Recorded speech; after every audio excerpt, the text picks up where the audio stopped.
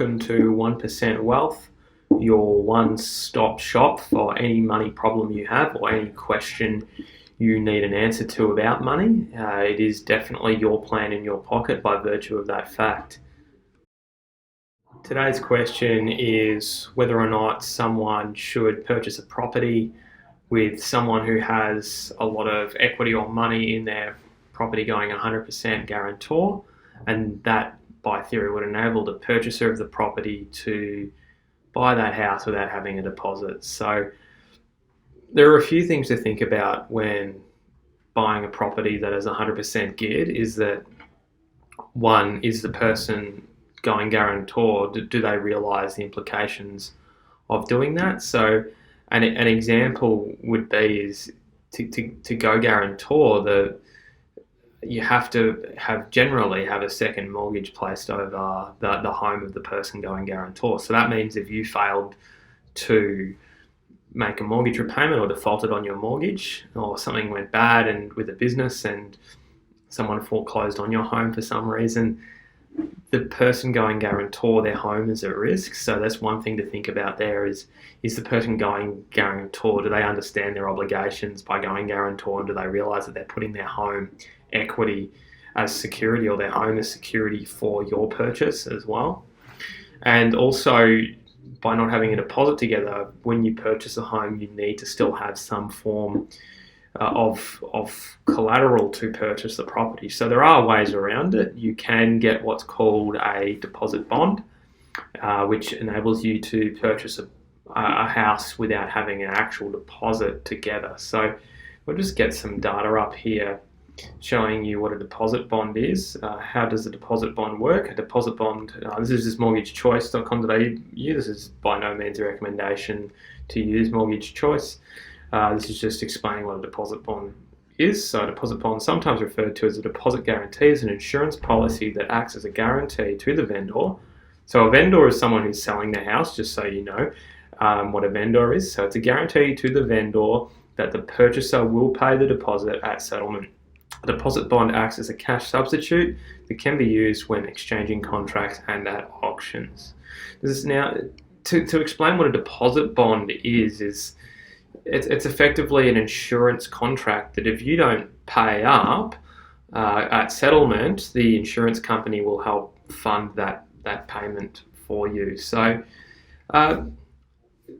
the implication there is a lot of estate agents are not comfortable accepting those instruments. And a lot of vendors, people selling their houses, don't want deposit bonds. There are those who will still accept them. Could be, don't quote me on it, you could maybe have 30% to 40% of people selling still accept a deposit bond, but it will be a lot harder when you do purchase the property. So that's how you would go about it when going to buy a home with someone going 100% guarantee. But another thing you need to consider is the risk. So the risk is if you default on the mortgage, obviously your parents or whoever is going guarantor would have their home at risk, but there are other risks as well. By not having a deposit, you are 100% leveraged into the purchase of the asset. So let's say you, gearing 101, you buy an asset worth 500,000, or to keep the math simple, we buy a home worth $1 million, and that's 100% geared.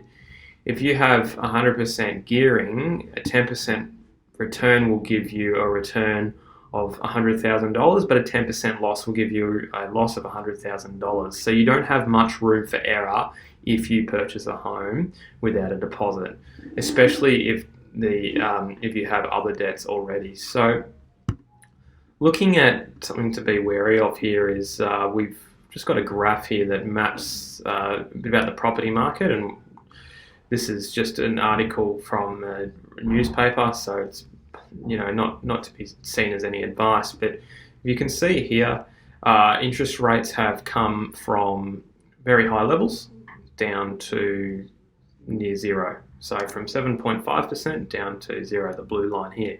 At the same time, you can see a massive upswing in prices. This is just showing Sydney. So if you're not buying in Sydney, obviously that's different, but generally speaking, if interest rates come down, you can afford to borrow more, and if you can afford to borrow more, that will push up demand for house prices, and that will in turn increase the price of housing. So, keeping in mind we are looking to, that we are at close to the bottom of an interest rate cycle, just be very careful about, I would be very wary about buying assets that are 100% geared at the moment. There is a lot of risk in doing that. And if prices go the other way, which they have in the past, you could find yourself in a situation where you can no longer service that debt and you place the person going guarantor's home at risk. So another example to show here is the location of the purchase could be important to you. So we move this graph here. This is from the Reserve Bank of Australia, so it's factual information, and it's accurate. Data's out of date, only up to 2013, but we see here that prices have varied differently. So Sydney's obviously had the strongest growth. That would be even higher now. Exponentially has grown since 2013. Same with Melbourne, has exploded. Perth flatlining a bit more, but as you can see here, not all locations are exactly correlated. So we look over to here, especially in regional areas such as Adelaide, they've flatlined, and regional areas, even more like country areas, have flatlined despite the interest rate falls. So we're at the bottom of an interest rate cycle. So money is cheap, so we're all excited. We want to buy a house and all of that, but just be very careful. It can go the other way, and if you can't service that debt and you're going in at the limit now, it's very risky. So maybe it could be worth trying to build a deposit up and doing things that way, just so you can demonstrate serviceability of a loan. So to, I guess, sum up a lot of what I've said today is, if you want someone to go guarantor on your home, remember that a lot of the risk is passed on to the person going guarantor. You have a lot of exposure to interest rate risk, in the sense that if interest rates go up, it's going to be hard to service a loan given you don't have a deposit and there is a lot of debt there, which could place that home at risk. You've got to also make sure that you understand that you'll probably need a deposit bond, and a lot of vendors won't accept a deposit bond. And you've got to be careful where you buy, and where possible. It's hard to time markets, but generally speaking, you don't want to buy at the top and have a hard landing. So I hope that answers the question today on whether or not you should go buy a mortgage with someone going 100% guarantor, which means that you do not have a deposit together to buy a home. So I hope that makes sense, and I hope you enjoyed the response to that question today.